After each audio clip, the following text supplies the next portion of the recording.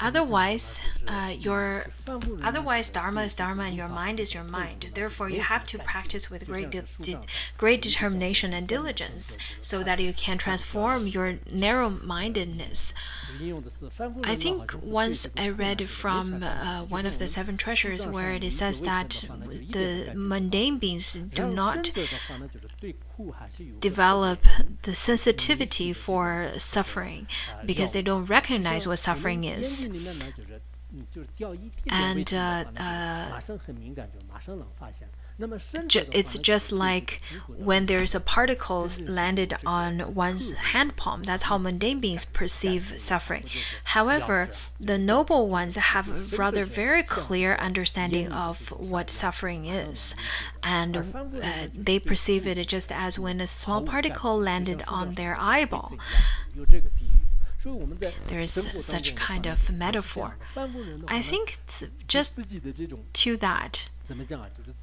Just like that, mundane beings do not pay attention to the sufferings that happens around their life. They try to avoid seeing it. However, the noble ones would notice all the sufferings that happens in their life so that it would motivate them to practice diligently and with lots of determination.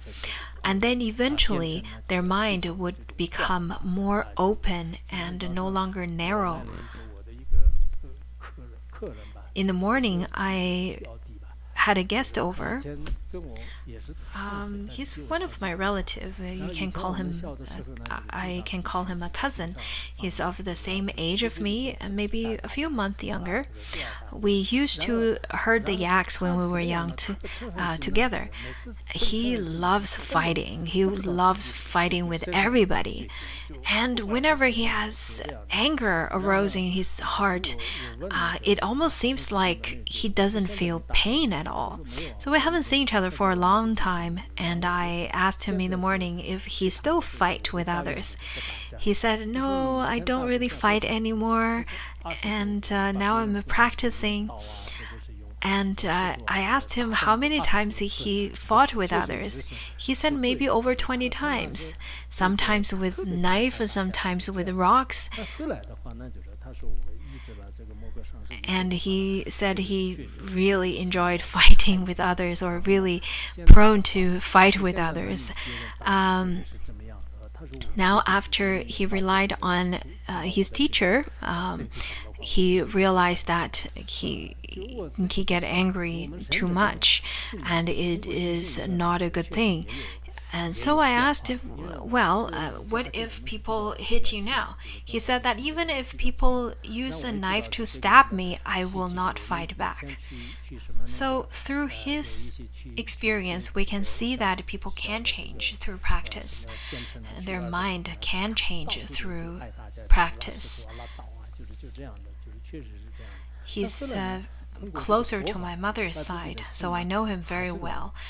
He used to fight a lot, and he used rocks and all different weapons that he can get his hands to. But now, after practicing Dharma, his mind gets more tamed, and his temper is completely different. So Dharma practice has such power to transform a person. Therefore, we don't really need to search for lots of high teachings or profound theories. Rather, we should practice up on such grounded teachings like this text. When suffering occurs, when you encounter obstacles, do not get beaten up. Do not feel that I am hopeless.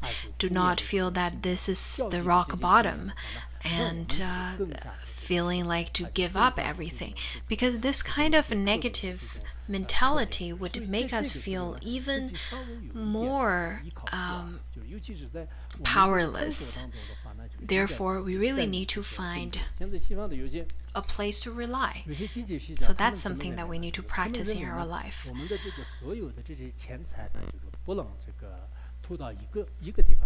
Westerners nowadays would think that Westerners usually would consider that you should not put all your eggs in one basket.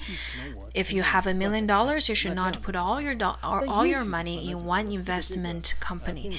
Why is that? Because you may get money from it, you may earn more money from it, or may not, because this company could claim bankruptcy, and then if you have all your money there, then you will get completely bankrupt as well. Therefore, you should put money in different places. Similarly, how we find a place of refuge, how we find a place to rely on, should not be only one place either, including relationship. And all your love should not go to only your parents or your brothers. You should not put your love to a single person, such as your mother. If your mother passed away, then everything just collapsed in your world. Then there's no more place for you to rely upon, and your life would just end in such a way. Many people had never practiced. So when you lose things that matters to you, such as people you love, such as wealth, then you have no way to deal with such kind of life anymore. Because when people are going through extreme suffering, it could make them lose clear mind or clear sight. And because of that, lots of psychologists also support of this statement, or through their research, they support this kind of statement, where they said that when people are at their rock bottom, their IQ just drops, and it's not a best time to make decisions. So when people are extremely angry, do not make any choices or any decisions. Otherwise, it might be a decision you would regret for your whole life.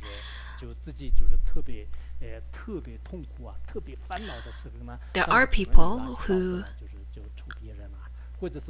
had made such regretful decisions during great anger or under affliction attack. They either stab others or cut their own wrists. A moment that you lose your right mindfulness, things that you do at that moment could be very horrifying. Of course, Buddhists should have right mindfulness, but and Buddhists are very accustomed to the practice of right mindfulness. But for mundane beings, they never had such experience of practicing so they would do all different kinds of things. I went to many different prisons to teach, and whenever I get an opportunity, I would ask them, how did you get here, and what led you to get here? There are people who would say that I was extremely angry, I killed my wife or my kids, or I killed others, and so on. But now I feel really regretful, but everything's over. There's nothing I can do at this point. Just as in Bodhisattva Charyavatara, it is stated that when I am having greed or desire, anger, and so on, I should stop my mind. I should stop any speech or action and stay as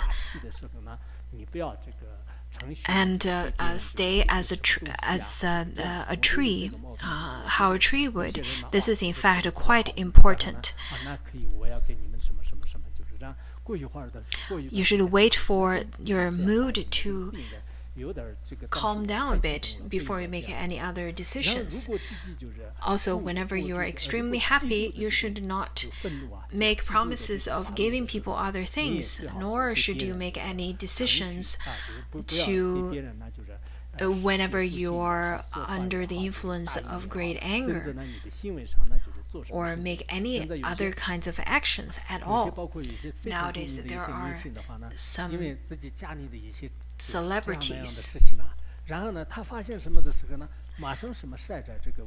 Sometimes things that happens in his own home or own family went wrong, he would right away post on his social media and then feel quite regretful afterwards.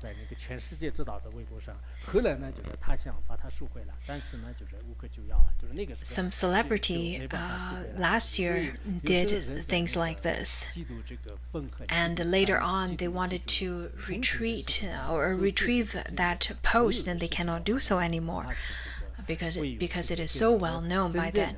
So when people are under the influence of great jealousy, anger, as well as other afflictions, you should try not to make any decisions at all. Otherwise, you may make decisions that really doesn't go with what you plan to. This is quite important.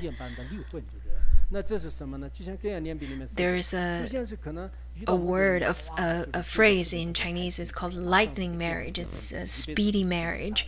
So you get married just as a speed as lightning, and get divorced at the same speed as well. So first you meet someone right away, you want to spend your whole life with that person and get married right away. But whenever there's any kinds of afflictions or conflicts arise, you want to get divorced as well. Therefore, lots of the teachings that's given even in the worldly sense, I think we should try to study it as well and try to maintain a natural and normal state of mind. And in order to attain such kind of natural mind, then we need to practice diligently with lots of determination, as well as practice repeatedly, so that your mind won't be so fragile and your mind would naturally open and expand more and more, so that whenever you encounter things that's harder for the non-practitioners to face, you can face it and you can persevere through it. So in such a way, it is very beneficial to you. Ashvaghosha composed a Shastra, that is Shastra of Great Ornament, and then later translated by Master Xuanzang. Within it, there was a story that a bhikshu was giving teachings. At the time, he was revered by many and offered by many as well. But at the time, there was this one person who just really doesn't like him and started to slandering about him. After a while, however, the bhikshu told his attendant and said that I am going to praise the person who doesn't like me, and I'm going to offer him some of the clothing. And the attendant doesn't understand at all and saying that no, you can't do that. He's treating you so badly and slandering a lot behind your back. And the bhikshu said that I understand that, but his slandering is very beneficial to me. It is because he's slandering, I am eliminating the 8 worldly dharmas, and I am becoming a much better practitioner. So if we were to think about the things that would happen like such in a worldly sense, I think the non-practitioners would rather be completely opposite. If people are really nice to you, you'll be happy, and if people are praising you, you're very happy about that, even if you don't have all of the merit that they are praising you about. But if you are criticized by others, if you are slandered by others, I think it would be rather very difficult for you to accept it. Even if whatever things that the others criticizing you about are true, you would still be very upset about it. Just like how it is stated in the Treasury of Aphorism, it says that other people's praises will not turn into happiness, and other people's criticism will not turn into suffering. One should abide in one's own merit, and that is the characteristic of a wise one. Of course, it is very difficult for people to actually do it. But through practice, I think the practitioners can actually attain something similar to it. Maybe at the beginning, there could be a little bit suffering and they can be very fragile. 有些人可能就是对其他的什么，就是感情也好，或者说是钱财也好，或者说是名声地位等等，就是凡是世间当中。 But of course, everyone's afflictions are very different. Some have afflictions towards wealth, and some towards relationships, and some towards fame and social status. Everyone has their own shortcomings. There are people who really care about money.